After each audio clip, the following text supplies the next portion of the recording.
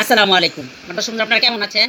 এই হচ্ছে তাল যে জাল করে নিলাম দুধ দিয়ে পায়েস, সেটা এখন খাচ্ছি, সাথে রুটি রুটি দিয়ে খাচ্ছি সকালের নাস্তা।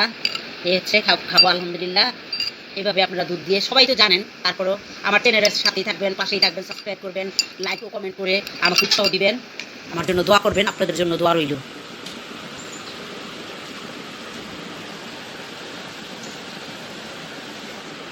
তাল দিয়ে পিঠা বানাবো, একদম ঘন হয়েছে।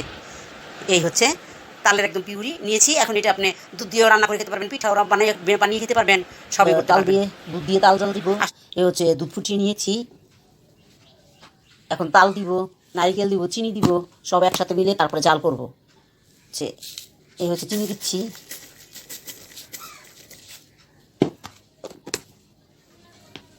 এই হচ্ছে তাল দিচ্ছি,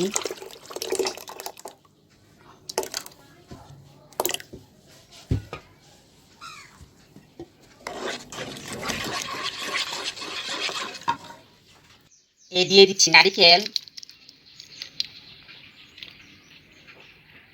দুধের মধ্যে, তালের মধ্যে নারিকেল দিতে হয়, তিল দিতে হয়, আমার কাছে তিল নাই, এই জন্য তিল দিচ্ছি না। আমার মা চাচিদের, দাদিদের, নানিদের দেখেছি তিল দিতে, আমিও আগে তিল দিয়েছি, এবার তিল নাই, তাই তিল দিচ্ছি না। এখন এটাকে ভালো করে জাল করে নিব। দিচ্ছি গরম মশলা। আমি দুইটা তালে থেকে বেশিরভাগটাই জাল দিতে নিয়েছি, আর কিছুটা রেখেছি শুধু ওই পিঠা বানানোর জন্য।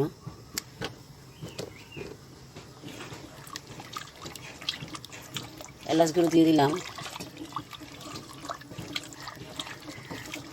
এই হচ্ছে জাল হচ্ছে তাল, 1 লিটার দুধ দিয়েছি আমি, দিয়ে দিচ্ছি আরও কতটুকু গুঁড়া দুধ।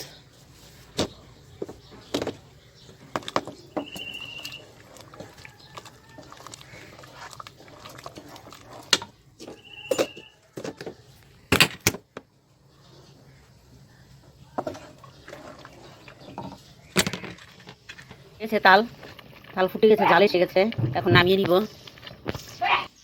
এই হচ্ছে তাল ঢেলে নিলাম, কারণ আমি 2টা পাত্রে ঢেলে নিয়েছি, যদি নষ্ট হয়ে যায় না, কারণ নারকেল দেওয়া তো গরমের দিন, নাড়া দিলে যেমন নষ্ট না হয়। এখন এটি জুড়িয়ে ঠান্ডা করে তারপরে ফ্রিজে রেখে দিব। একদম যেহেতু তালের পায়েস বলে না, তালের দুধ দিয়ে তাল চাল রান্না করা বলেন, যেটাই বলেন,